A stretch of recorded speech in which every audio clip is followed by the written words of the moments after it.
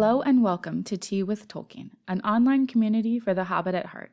This video is a part of our Silmarillion guide series, which offers a quick and easy to understand introduction to the events, characters, and world of the Silmarillion.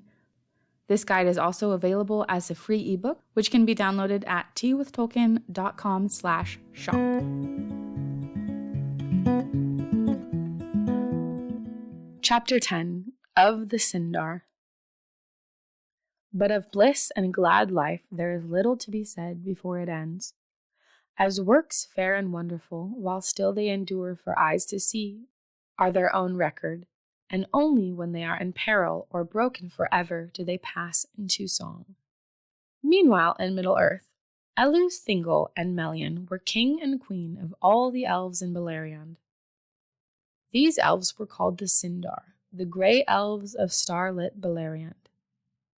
At the end of the first age of Melkor's captivity, Melian gave birth to Lúthien. During the second age of Melkor's captivity, the Dwarves came into Beleriand. The coming of the Dwarves. The Dwarves named themselves the Khazad, but the Sindar called them the Naugrim, which means the stunted people, and the Gonnhirrim, the masters of stone.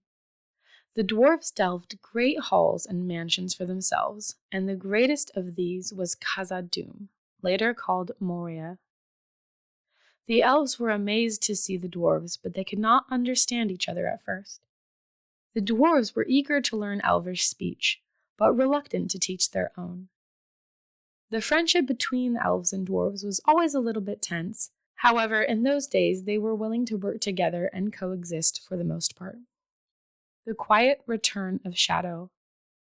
Melian knew that the peace of Arda would not last, and so she and Thingol commissioned the dwarves to build and fortify Menegroth, the 1,000 caves.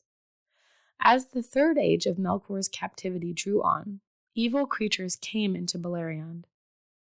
Thingol also commissioned the dwarves to make weapons. Denethor, son of Lenwë, came to dwell in Osiriand with his kindred in this time.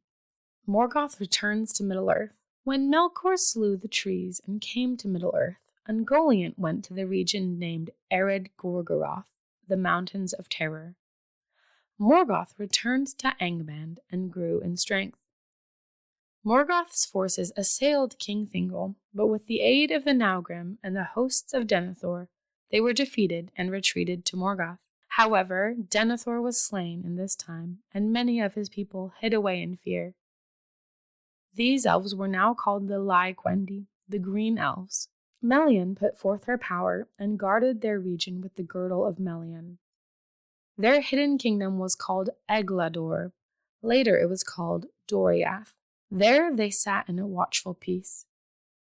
It was around this time that Feanor arrived in Middle-earth at the Firth of Drangist. In our next video, we will discuss Chapter 11, of the Sun and the Moon and the Hiding of Valinor.